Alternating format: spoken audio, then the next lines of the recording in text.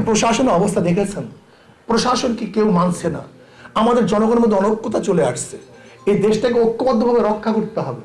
যদি আপনারা ঐক্যবদ্ধ রক্ষা না করেন তাহলে দেশের ভবিষ্যৎ, এই ভূখণ্ড নিয়ে কিন্তু আমাদের সংখ্যা আছে, আমাদের খুব ভয় ঘুরছে, না জানি কি হয়ে যায়।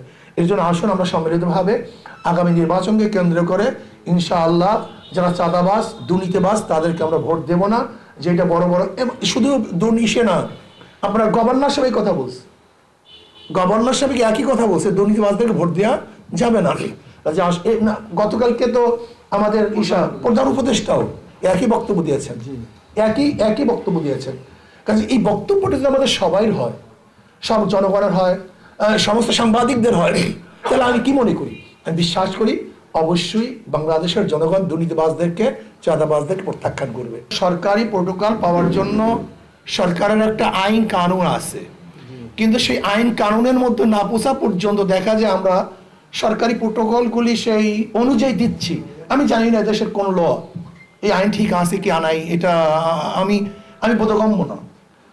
বোধগম্য না। এর জন্য আমি জানি না আগামী প্রশাসন কি কোনো দিকে ঝুঁকে যায় কি যায় না, সেই ব্যাপারটা আমরা সন্দিহান। এর জন্য আমি বর্তমান অন্তর্বর্তী সরকারকে বলবো, প্রশাসনকে বলবো যে দেখেন মানুষ চাতক পাখির ন্যায় আগামী নির্বাচনের দিকে তাকিয়ে আছে, মানুষ ভোট দিতে চায়। কাজে আমি অনুরোধ করব যে আপনি কালিমা লেপন করবেন না। আমি চাই না ভবিষ্যতে কোনো সিইসি এইভাবে মবের আওতাধীন চলে আসুক, তাদের ব্যাপারে মব সৃষ্টি করা হোক, এটা আমরা চাই না। তারা শ্রদ্ধাভাজন আমাদের লোক, তারা শ্রদ্ধার সাথে থাকবে, সম্মানের সাথে থাকবে, এটা আমরা চাই। কাজে আগামী নির্বাচনে যেন কোনো অবস্থাতেই পেশি শক্তি ব্যবহার করা না হয়, কালো টাকার সরাসরি না হয়, কেউ কাউকে হুমকি ধমকি দিতে না পারে। এর জন্য আমি সাংবাদিক বন্ধুদেরকে বলবো,